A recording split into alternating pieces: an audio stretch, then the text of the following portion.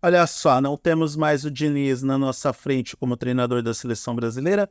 Ainda temos o presidente lá, todo problemático no time da CBF? Temos, mas é o início de uma nova fase. Parece que pior do que estava, não tinha como ficar. E temos Dorival Júnior iniciando a sua vida, a sua carreira na seleção brasileira. Brasil 1, Inglaterra 0 em Wembley. Em Wembley. Antes que vocês, Pacheco, se empolguem demais com o resultado de hoje, e antes que eu comece a falar alguns impropérios sobre o time da CBF e comece a diminuir a vitória da seleção, eu não vou fazer isso. Mas eu tenho que colocar alguns matizes, alguns detalhes sobre o contexto do jogo que aconteceu hoje em Wembley. Eu vou publicar esse vídeo ainda hoje, e deixa eu deixar claro é ótimo. Esse barulho, se você está ouvindo toda essa barulheira, é porque aqui em Florianópolis está acontecendo a Maratona Cultural. Hoje, 23 de março, é aniversário de Florianópolis. Então, no final de semana, a gente tem a Maratona Cultural. E aí tem evento aqui na escadaria atrás do meu prédio, aqui na Praça 15 de Novembro, em frente à Catedral, lá no Largo da Alfândega. Eu deveria ter assistido a Pitch ontem, deveria ir assistir o Pato Fu hoje, mas não. Estou aqui gravando o vídeo para comentar o jogo da seleção brasileira do time da CBF contra o time inglês. Algumas coisas precisam ser colocadas em contexto. Por exemplo, a Inglaterra estava sem 12 titulares. E durante a transmissão foi dito que a seleção inglesa iria utilizar esse jogo como um dos principais amistosos para o preparatório da Eurocopa que vai acontecer em junho. E sim, é a competição mais importante que a Inglaterra tem. Essa mesma Inglaterra que vinha de 10 jogos de invencibilidade, essa mesma Inglaterra que foi vice-campeã da última edição da Eurocopa, a mesma Inglaterra que fez um jogo pau a pau contra a França na última Copa do Mundo. Então, não é um time inglês qualquer.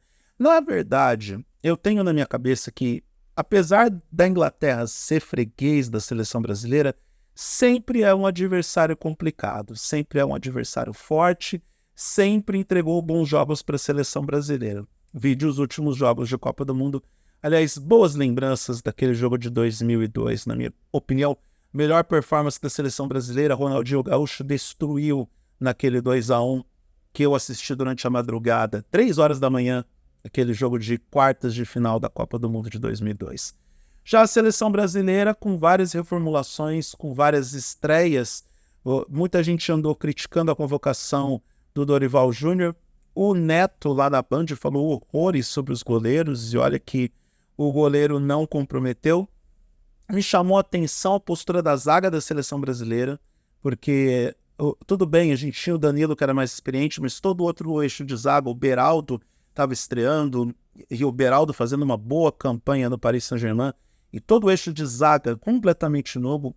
Eu temi por uma goleada, sendo bem sincero, temi que a Inglaterra fosse destruir a seleção brasileira, ainda mais que a Inglaterra tem um histórico de vencer o Brasil em Wembley. São 3 vitórias inglesas contra a seleção brasileira dentro de casa, mas felizmente não aconteceu, e já dá para ter alguns esboços de algumas ideias do que o Dorival Júnior quer para a seleção brasileira, que é o jogo de transição com toques rápidos, com toques curtos e triangulações, e uma movimentação progressiva através dos toques. Isso foi muito interessante porque colocou finalmente a seleção brasileira num jogo propositivo e num jogo mais alinhado com aquilo que é aplicado no futebol moderno.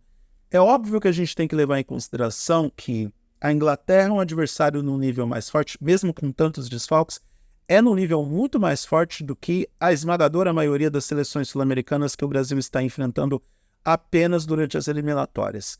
E quando você tem um adversário mais forte, tecnicamente falando, o jogo também se torna mais, como que eu vou dizer, há uma maior possibilidade de você ter um jogo progressivo e um jogo melhor. O jogo foi muito interessante para se ver ao longo de 90 minutos. Não foi aquele jogo amarrado, modorrento, a posse de bola foi muito equilibrada e chances de lado a lado. Se bem que eu percebi que no primeiro tempo a Inglaterra teve um certo domínio de jogo, principalmente a partir dos 30 primeiros minutos, mas o Brasil não teve uma postura que a gente pode dizer que foi acovardada. Soube explorar também os desfalques que a Inglaterra apresentou em campo, soube atacar, soube ser ofensivo, principalmente o Rafinha do lado direito foi muito ofensivo, se propôs o jogo para ele e ele também se propôs ao jogo. O Vinícius Júnior, razoável, foi um pouco apagado, mas também teve boas chances. Agora, o nosso menino Endrick, tia Leila deve estar orgulhosa dele, né? Eu só espero que o Real Madrid faça com o Endrick aquilo que não fez com o Vinícius Júnior, que é cuidar direito do garoto. A gente bem sabe que o Endrick só fica até o final do primeiro semestre no Palmeiras e depois vai para o Real Madrid para iniciar a sua carreira europeia. Então, ele já chega com credenciais de grande jogador e ele começa a sua carreira na seleção brasileira marcando gols. E começa bem essa sua nova fase com o novo uniforme da seleção, que, sincero, honestamente, olha, eu até que achei, não foi uma das piores coisas que a Nike fez. É feio? É. Não dá para dizer que é bonito. Não dá para dizer que é agradável. Mas, assim, algumas polêmicas com o uniforme da seleção foram um pouco desnecessárias. Eu tenho uma tese de que a Nike vem ferrando com o uniforme da seleção brasileira já há algum tempo. Então, não seria surpresa se a ruindade acontecesse novamente dessa vez. E o pessoal estava apavorado, fez todos os comentários nas redes sociais possíveis e imagináveis quando ainda era um vazamento.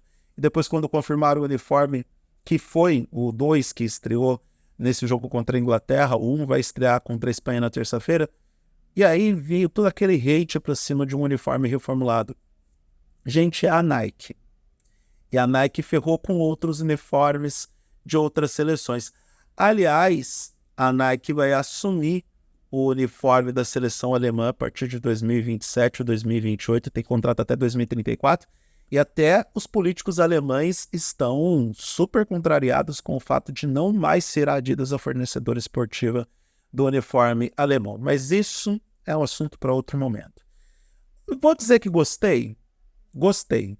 Foi bem legal esse amistoso entre Brasil e Inglaterra, muito interessante. Não dá para a gente fazer análises muito profundas sobre a seleção brasileira, sobre esquema tático, sobre a postura do time em campo, mas olha, pior do que estava não podia ficar. Foi melhor do que os últimos 5 jogos onde a seleção perdeu, e não pela vitória, não porque venceu, mas pela postura em campo.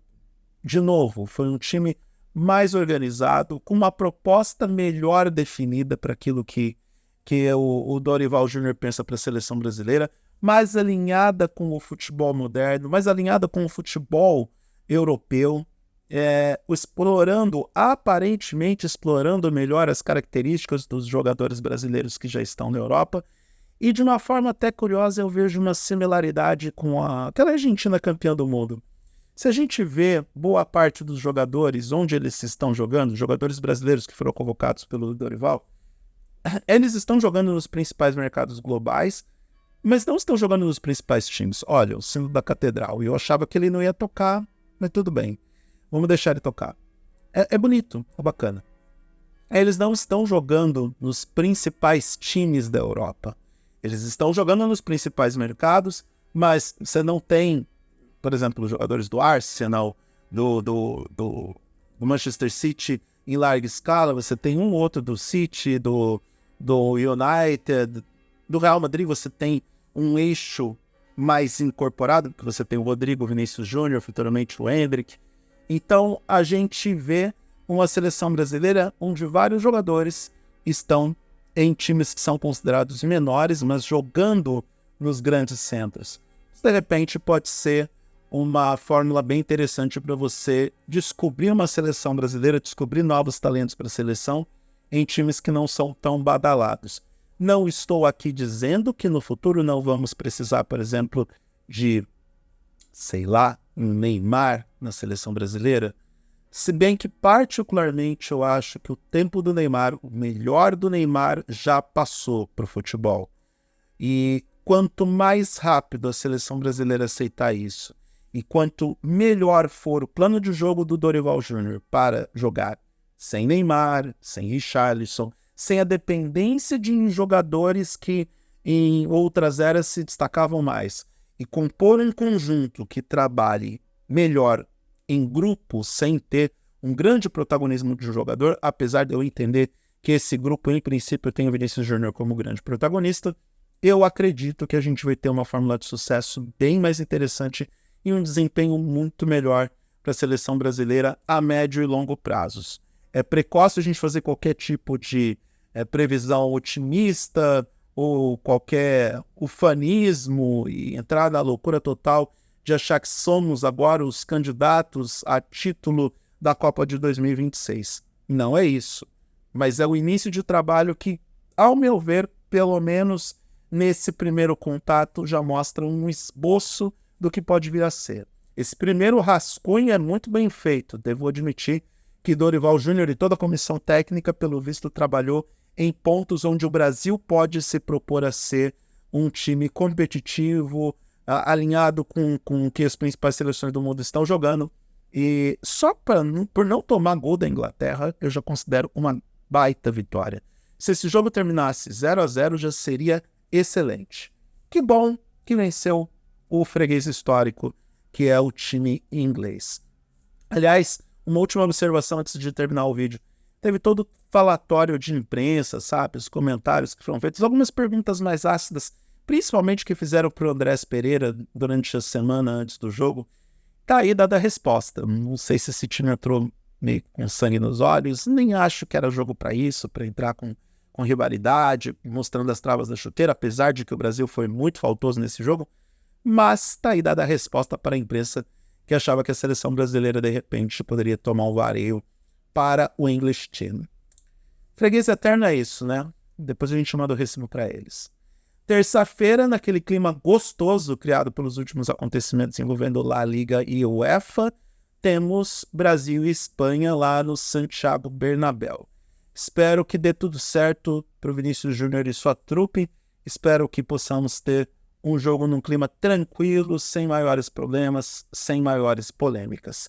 E é isso. Vou editar esse vídeo, publicar. Vocês vão assistir agora, sábado à noite.